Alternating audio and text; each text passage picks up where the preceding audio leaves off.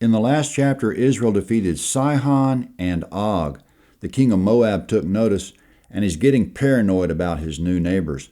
Numbers 22, verse 1. The children of Israel traveled and encamped in the plains of Moab beyond the Jordan at Jericho. Balak the son of Zippor saw all that Israel had done to the Amorites. Moab was very afraid of the people because they were many. Moab was distressed because of the children of Israel. Moab said to the elders of Midian, "Now this multitude will lick up all that is around us, as the ox licks up the grass of the field." Balak the son of Zippor was king of Moab at the time. Comment: Balak is king of Moab. He has hundreds of thousands of Israelite newcomers living just to the north on the other side of the Arnon River, on land they took from Sihon the Amorite. So Israel's to his north, and there are Midianites that are wide-ranging desert dwellers. There are some of them in Balak's vicinity. He's trying to incite them against Israel. Verse 5, Balak sent messengers to Balaam, the son of Beor, to Pethor, which is by the river, to the land of the children of his people, to call him, saying, "Behold, there is a people who came out of Egypt. Behold, they cover the surface of the earth, and they are staying opposite me. Please come now, therefore, curse me, this people, for they are too mighty for me. Perhaps I shall prevail, that we may strike them, and that I may drive them out of the land. For I know that he whom you bless is blessed, and he whom you curse is cursed." The elders of Moab and the elders of Midian departed with the rewards of divination in their hand. They came to Balaam and spoke to him the words of Balak. Comment: So who is this Balaam? Verse 5, he lives far to the north by the Euphrates River. Judges 13:22, Balaam is Kassam in Hebrew, which means soothsayer, diviner, omen reader, or fortune teller. Apparently he's known far and wide for his abilities. Verses 5 through 7, Balak sent Moabite and Midianite messengers to Balaam. They want him to come down and curse Israel. The messengers have the reward of divination in their hand. It may be money or letters promising money or other rewards. So they came to Balaam, and, verse 8, Balaam said to them, "Lodge here this night, and I will bring you word again, as Yahweh shall speak to me." The princes of Moab stayed with Balaam. Comment: Balaam's going to wait on word from Yahweh. It's interesting that Balak, the king of Moab, is calling on someone who calls on Yahweh. Numbers 21:29 calls Moab the people of Chemosh, Chemosh being their god. But Balaam the diviner is waiting for what Yahweh will say. We suppose Balak wasn't getting any results when he called on Chemosh. Verse 9, God came to Balaam and said, "Who are these men with you?" Balaam said to God, "Balak the son of Zippor, king of Moab, has said to me, Behold, the people that has come out of Egypt covers the surface of the earth. Now come, curse me them. Perhaps I shall be able to fight against them and shall drive them out." God said to Balaam, "You shall not go with them. You shall not curse the people, for they are blessed." Comment: Going back hundreds of years before, God blessed Israel. He said of Israel, quote, "I will bless those who bless you, and I will curse him who treats you with contempt," end quote. Genesis 17:17, his covenant with them is everlasting. When God says everlasting, he means everlasting. So, of course, God's going to stick with his word and with his ancient plan. He's going to eventually redeem the world with these people. Balak and Balaam have no idea the force and power and permanence they're dealing with. Verse 13, Balaam rose up in the morning and said to the princes of Balak, "Go to your land, for Yahweh refuses to permit me to go with you." The princes of Moab rose up, and they went to Balak and said, "Balaam refuses to come with us." Balak again sent princes, more and more honorable than they. They came to Balaam and said to him, "Thus says Balak the son of Zippor, Please let nothing hinder you from coming to me, for I will promote you to very great honor, and whatever you say to me I will do. Please come, therefore, and curse this people for me." Comment: Balak has upped the ante. Now the reward will be great honor and whatever else Balaam might want. Verse 18, Balaam answered the servants of Balak, "If Balak would give me his house full of silver and gold, I can't go beyond the word of Yahweh my God to do less or more." Now therefore please stay here tonight as well, that I may know what else Yahweh will speak to me. God came to Balaam at night and said to him, If the men have come to call you, rise up, go with them, but only the word which I speak to you, that you shall do. Comment: God just gave Balaam very clear permission to go if he'll stick to the words he gives him. Verse 21, Balaam rose up in the morning and saddled his donkey and went with the princes of Moab. God's anger burned because he went. Comment: why is Yahweh's anger burning? The text doesn't say here, but we get clarity in 2 Peter 2:15 and Jude verse 11. Balaam was thinking about that money, which means he was thinking about departing from Yahweh's word and cursing Israel.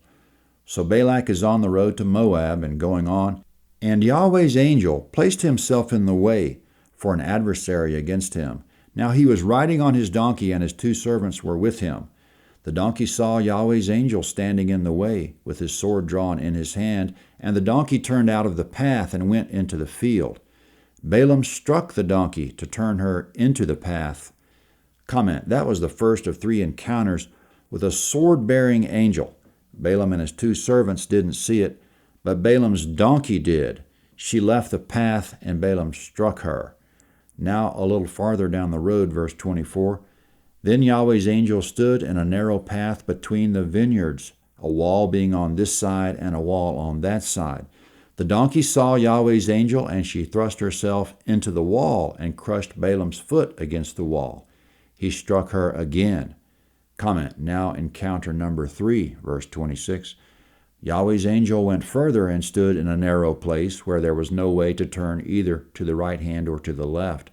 The donkey saw Yahweh's angel, and she lay down under Balaam.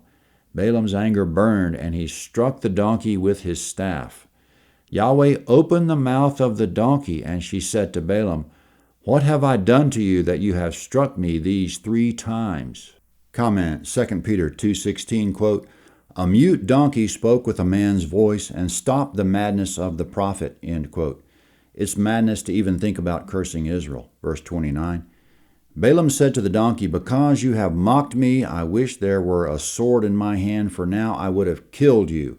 The donkey said to Balaam, Am I not your donkey on which you have ridden all your life long until today? Was I ever in the habit of doing so to you? He said, No. Comment: it's embarrassing when you have to agree with a donkey.